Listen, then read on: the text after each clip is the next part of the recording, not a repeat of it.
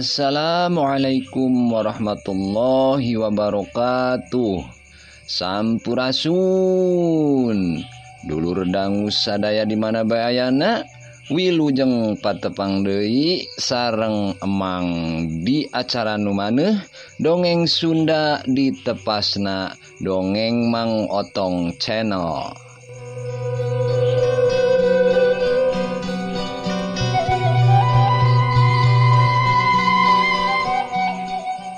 Puja puji syukur ulah hilap urang dugikeun ka Zat nu Maha Gopur, supados lengkah nu salah tiasa kenging panghampurati mantenna. Oge urang sadaya dipasihan yuswa nu panjang tur barokah, rizki nu ageng tur barokah, oge ditebihkeun tina balai sinareng musibah.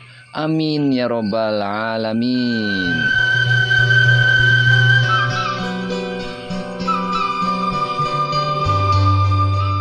Hatur nuhun ka dulur dangu sadaya anu tos satia manco satia ngadangukeun dongeng-dongeng emang. Hatur nuhun tina rojonganna oge lantaran nanjerna ieu dongeng Mang Otong Channel ku aya dukungan ti dulur dangu sadaya.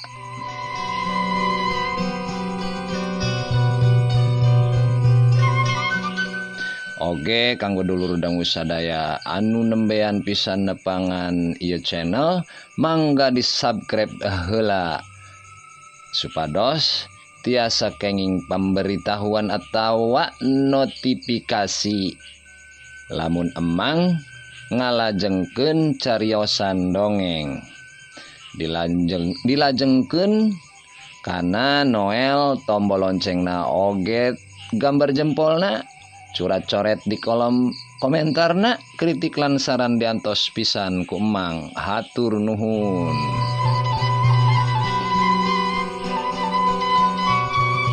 Hayu urang teraskeun cariosan nu katunda dina jejer carios dedemit leuwih buyut yasana Kidagar bagian anu ka-14. Ulah hilap cur cikopina kaparayun.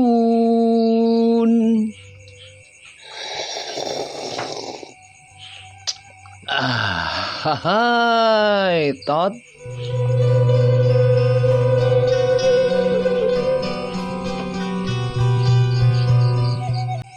Beres won. Dunungan jeung badegana ayeuna mah sesirian garumbira. Teu cara tadi ting haruleng ngaruyung bari jeung sarardih. Dasarna juragan Barkah mah boga sifat angkuh jeung sombong sarta embung kaluhuran ku batur. Tangtu bae moal nyokot jalan hadepikeun ngarengsekeun masalahna. Sanajan manehna apal lamun dirina salah, tetep nu dicokot teh jalan kagorengan.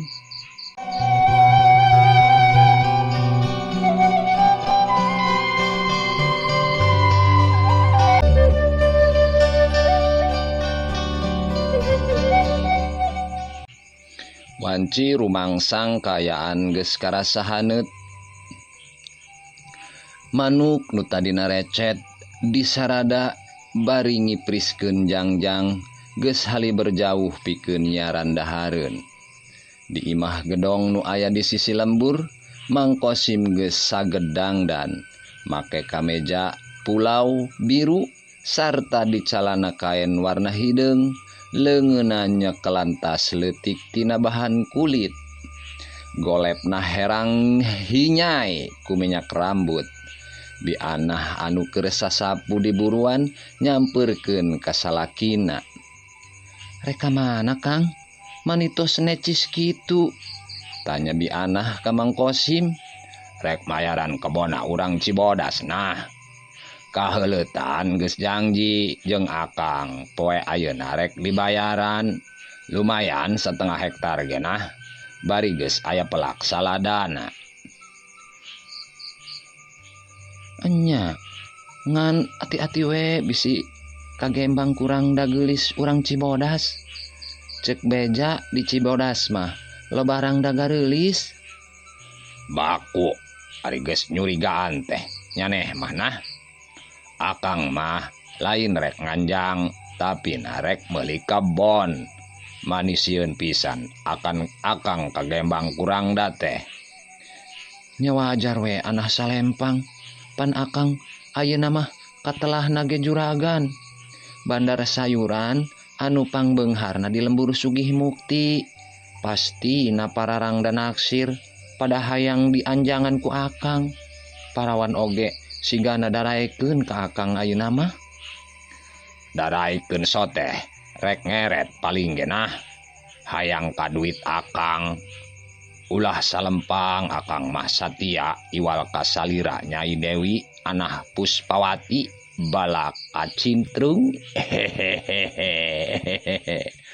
Ceuk Mang Kosim bari leungeunna ngajawel gado Nabi Anah anu kawas endog sapotong. His sok gumasep kitu era ditempokeun ku batur ah. Akang indit ayeuna nah. Mang Kosim ngagandeang lempang keupatna kawas Arjuna mangkat perang. Kang, nah tetumpak motor. Bi Anah ngagero. Bensina erep. Poho akang can meuli bensin nah. Titah si Usro meuli bensin keur motor akang kitu. 5 liter kana jarigen. Akang mah rek lempang bae. Tepati jauh ieu ka Cibodas mah. Walon Mang Kosim terus nuluykeun lempangna.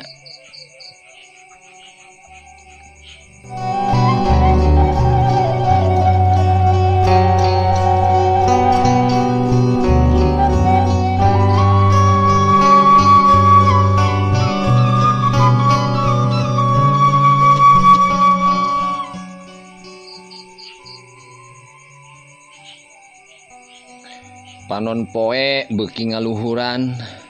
Wanci terus nyarelek silih ganti unggal poena. Ti wanci rumangsang sakitar pukul 10 isuk. Ngageser ka wanci pecat sawed. Tangange tuluy kalingsir ngulon. Diganti ku kalangkang satungtung. Disedekeun ku wanci mengok ngulon. Satuluyna datang wanci tunggang gunung. Samemeh datang wanci sariak layung. Mang Kosim geus rengse mayaran kebonna urang Cibodas. Angin leutik ngahaliwir nebak kana tatangkalan. Pating arulang kawas anu ngagupayan. Angin leutik karasa seger pikeun awakna Mang Kosim anu keur lempang nyorangan. Mang Kosim lempang salse paromana marah mai bangun nu bungah. Lempang na oge bari ngahariring laguna sakapanggihna. Kapinis di mana mandi? Mandina di cai leutik. Nu gelis di mana mandi? Hayang ningali saeutik. Kini kuang-kuang getok-getok pependeyan. Nini bade tuang dibekok peperendeyan. Kebon aing nambahan deui. Lila mah sakabeh kebon jeung sawah nu aya di lembur Sugih Mukti, Cibodas jeung Ranca Bali jadi nu aing kabeh. Anak buah si Ukri kamari geus siap pindah kabeh. Di bibita buruh 2 tikel mah mana aya anu kuat. Disibarkah gawe 2 poe kakarak menang duit 4.000. Gawe di juragan Kosim mah ukur sapoe menang duit 4.000 teh. Bari haratis dibere dahar, dibere udud, sakedeng deui ge si Barkah bakal bangkrut, rasakeun sia Barkah. Ceuk Mang Kosim gegeren dengan sorangan bari mapai jalan satapak. Mang Kosim ngahaja teu ngambah jalan gede. Manehna mapai jalan satapak anu mangrupa jalan terobosan nu paling deukeut pikeun tepi ka lembur Sugih Mukti. Sabab wanci geus burit. Lamun ngambah jalan gede pastina Mang Kosim bakal kapeutingan balikna. Leok Mang Kosim ngaleok ka kenca mapai galengan sawah. Rengse mapai pasawahan beras ka hiji pasir anu loba tangkal awian. Pikeun tepi ka lembur Sugih Mukti teh Mang Kosim kudu ngaliwatan eta pasir tuluy meuntas sasak di walungan leutik nu aya di peuntaseun eta pasir. Sawaktu Mang Kosim tepi ka punculut pasir, ngadadak ti satukangeun dapuran awi nu aya di belah kencaeun jalan satapak ngagajleng saurang jalma megatan jajalaneuna Mang Kosim. Mang Kosim langsung ngarandeg, panonna mencerong ka jalma anu megatanana. Mang Kosim teu bisa tenget kana beungeut eta jalma anu make papakean sing sarua hideung, sabab beungeutna mah make taregos hideung nu katempo ukur sapasang panonna. Dina cangkeng eta jalma ngagaplek bedog minangka pakarangna. Begal sigana mah yeuh, ceuk Mang Kosim bari culang cileung neangan jalan pilumpateun. Anjeun teu kudu sieun. Asal anjeun nurut kana omongan dewek, nyawa anjeun pasti salamet. Ceuk eta jalma sorana rada ngosom sabab nyaritana bari katutupan ku taregos. Saha anjeun? Sarta naon maksud anjeun ngahadang kuring? Ceuk Mang Kosim panonna neuteup seukeut ka jalma di taregos hideung. Ngeunaan saha dewek, anjeun teu perlu nyaho. Anjeun ukur perlu ngalaksanakeun parentah dewek, ngarti? Sentak eta jalma. Lamun anjeun begal atawa rampok, kuring bakal masrahkeun duit nu aya dina tas kuring ieu. Asal kuring ulah dikukumaha sarta kuring dibebaskeun indit ti dieu, ceuk Mang Kosim. Mang Kosim teu lebareun kana duit nu masih loba keneh dina tasna sesa mayaran kebon. Sabab pikirna babari kagantianana masalah duit mah ke oge malam Jumaah Kliwon bakal menang nu leuwih loba. Tapi lamun seug manehna kalengitan nyawa sabab dipergasah ku eta begal, nyawa mah eueuh serepna, manehna bisa cilaka. Coba lungkun tas anjeun ka dewek, bisi bae eusina ukur duit 100 perak. Titah jalma nu ditaregos hideung ka Mang Kosim. Dina ieu tas aya duit 500.000 rupiah. Ku kuring bakal dibikeun kabeh asal anjeun ulah ngahalangan jajalaneun kuring. Dieukun heula, kaula can percaya pantar anjeun boga duit tepi ka 1,5 juta. Duit 1,5 juta zaman harita mah dulur dangu mahi pikeun meuli munding sajodo atawa domba 5 jodo. Mang Kosim akhirna mah ngelehan sabab manehna eueuh piliheun. Tas kulit anu dicekelna dialungkeun ka si taregos hideung. Tas kulit disanggap ku si taregos hideung. Eusina langsung dipariksa. Bener bae gepokan duit 1.000-an jeung 5.000-an ngentep di jero tas. Kuring teu bohong kan? Ayeuna kuring rek mulang anjeun wayahna ulah ngahalangan, ceuk Mang Kosim bari ngalengkah maju. Kehula dewek can nepikeun parentah naon anu kudu diturut ku anjeun. Mang Kosim ngarandeg manehna neuteup ka si Taregos Hideung bari tarangna kerung. Manehna teu ngarti naon kahayangna si Taregos Hideung nu anu sabenerna. Dengekun sing tengot ku jejewir anjeun, sabab dewek moal nyarita 2 kali, ceuk si Taregos Hideung. Ulah diteruskeun usaha anjeun pikeun ngaruksak usaha batur. Anjeun geus ngaruksak harga jalma-jalma anu usahana disaingan ku anjeun.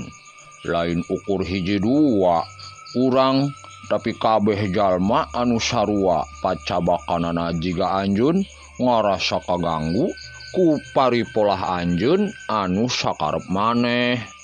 Ingat, ureunan kalakuan anjeun teh saruakeun harga-harga beulian sarta upah pagawe jeung harga umum pasaran. Ingat, dewek ukur mere paringetan sakali. Lamun anjeun teu ngagugu, dewek bakal datang deui pikeun nyabut nyawa anjeun. Ieu jalma sigana titahan jalma anu ngarasa usahana kasaingan ku aing. Nah manehna titahan si Barkah kitu. Bisa jadi enya, tapi bisa jadi oge titahan jalma sejen. Gerentes hate Mang Kosim tuluy nyarita. Ngeunaan usaha mah bebas, teu bisa diatur-atur kawas kitu. Dunia usaha mah papinter-pinter bae. Saha nu pinter sarta bisa menang harga alus, eta nu bakal unggul. Lamun jalma-jalma anu sarua ngabandar sayuran kawas kuring teu manggihan bos anu wani meuli mahal, eta mah lain salah kuring, tapi eta mah salah sorangan. Manehna kudu bisa neangan bos anu alus hargana, sangkan bisa nyaingan harga kuring. Saha bos anu wani meuli harga sayuran bisa luhurun harga sayuran di pasar induk. Kabeh bos oge apanan ngirim sayuran teh pikeun dijual ka pasar induk. Asa teu kaharti ku akal, lamun aya tangkulak hargana leuwih mahal ti harga jual di pasar. Aya bos sayuran anu hargana leuwih mahal ti harga jual pasar induk. Nyaeta bos-bos anu ngirim sayuran ka restoran-restoran mahal oge pikeun kirimeun ka luar negeri. Hah? Pamahalan anjeun wawuh jeung bos luar negeri mah. Paling ge anjeun mah santimen. Hayang ngarubuhkeun batur ku cara licik. Pokona mah anjeun kudu nurut kana omongan dewek bieu. Titik. Teu make koma. Lamun kuring teu nurut, anjeun rek kumaha emangna? Mang Kosim kahudang ayeuna mah kawanina.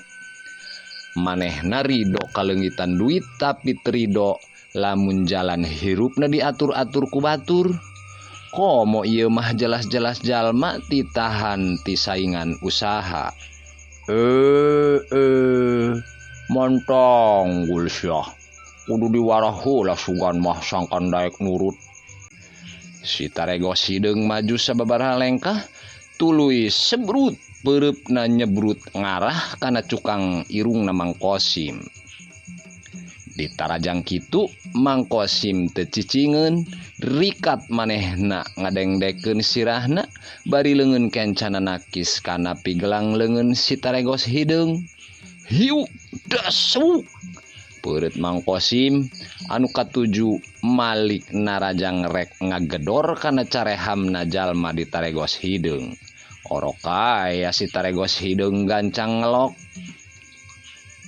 Hiu plos tenggelan Mang Kosim poos ukur nenggel angin. Bari dongko si Taregos Hideung ngajojokeun peureub kencana ngarah kana kekemplong na Mang Kosim. Sakali ieu mah Mang Kosim teu kaburu nyingkah, hiuk gedug. Aduh, Mang Kosim mundur 2 lengkah bari muringis. Si taregos hideung gancang nyusul tepus, manehna ngagajleng bari najongkeun suku katuhuna kana dadana Mang Kosim. Mang Kosim embung ari terus kabeunangan mah, manehna geuwat ngagiwar ka kenca bari hiuk leungeun kencana ngabajeg kana mumuncangana si taregos hideung. Hiuk bletak. Aduh, si taregos hideung ngagoak, manehna gancang mundur bari engke-engkean, mumuncangna diusapan bari ditiupan. Matakna ulah sok loba gaya, disangka kuring sieun meureun ku begal pantara anjeun. Rasakeun sia. Iya. Mang Kosim gancang maju bari ngirimkeun panimpugna ngarah kana dada si baju hideung. Tapi si baju hideung sakilat nyabut bedogna sarta langsung ngahembatkeun bedogna pikeun mapag leungeunna Mang Kosim. Atuh Mang Kosim ngalenyap. Kegancangan Mang Kosim narik mulang seranganana, manehna embung lamun leungeunna buntung disabet ku bedog lawan.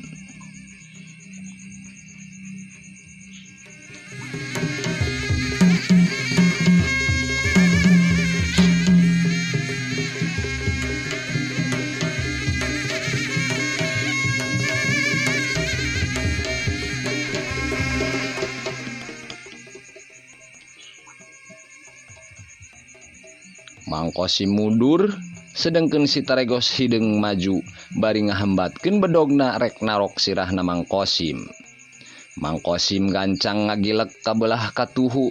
Hiu plos. Bedog ukur ngahanca tempat kosong. Mang Kosim ngajajakeun suku kencana kana tuurna si taregos hideung. Hiu cedak. Rampeol, bru. Si taregos hideung ngarampeol. Mang Kosim gancang-gancang nyusul tepus ke pureup-pureup katuhuna anu langsung nyayang kana carehamna si taregos hideung. Hiu cebrod. Aduh. Si taregos hideung tepi ka ngabalieur beungeutna. Tapi leungeunna satekah polah ngangkat bedogna pikeun dikadekeun kana walikatna Mang Kosim. Tapi orok kaya Mang Kosim leuwih rancingeus, manehna gancang ngetig pigeulangna si taregos hideung anu nyekelan bedog. Hiu duk celeng. Bedog si taregos hideung meceleng kageweungkeun leupas tina panyekelna.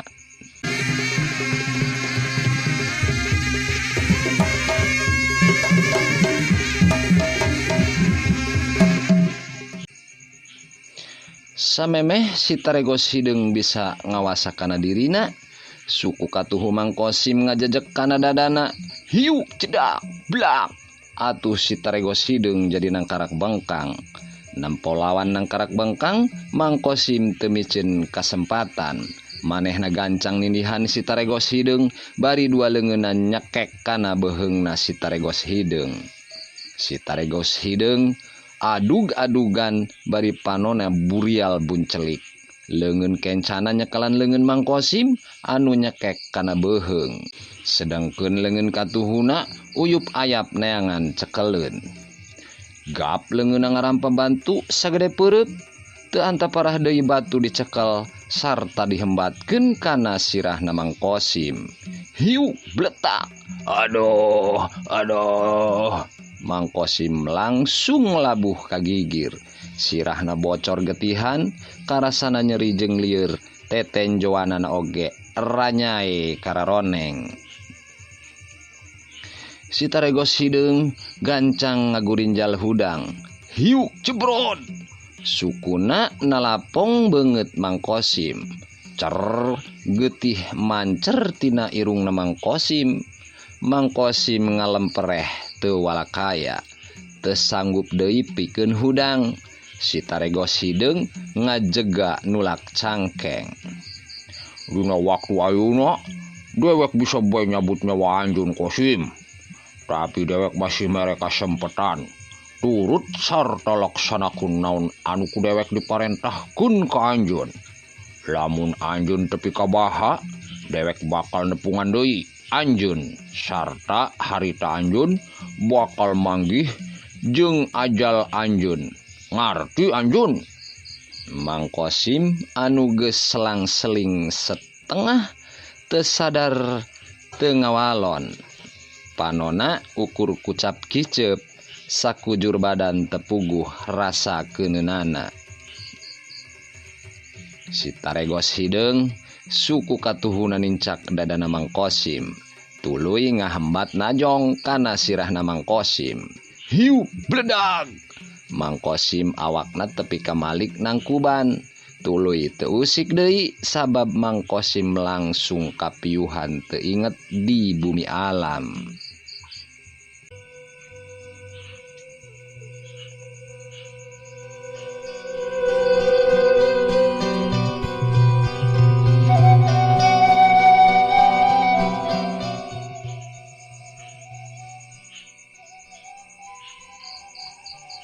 Sanggeus mariksa kaayaan Mang Kosim, si taregos hideung teh ngalaanan baju jeung calanana Mang Kosim, tuluy ngalaan arlojina Mang Kosim.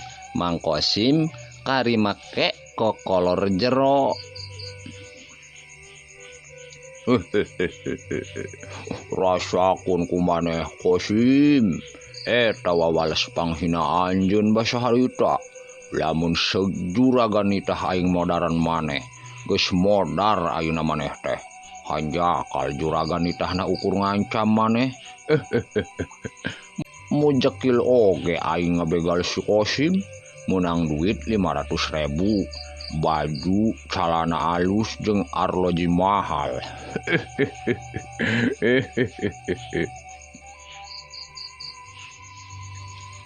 Si taregos hideung ngalaan taregosna. Sing horeng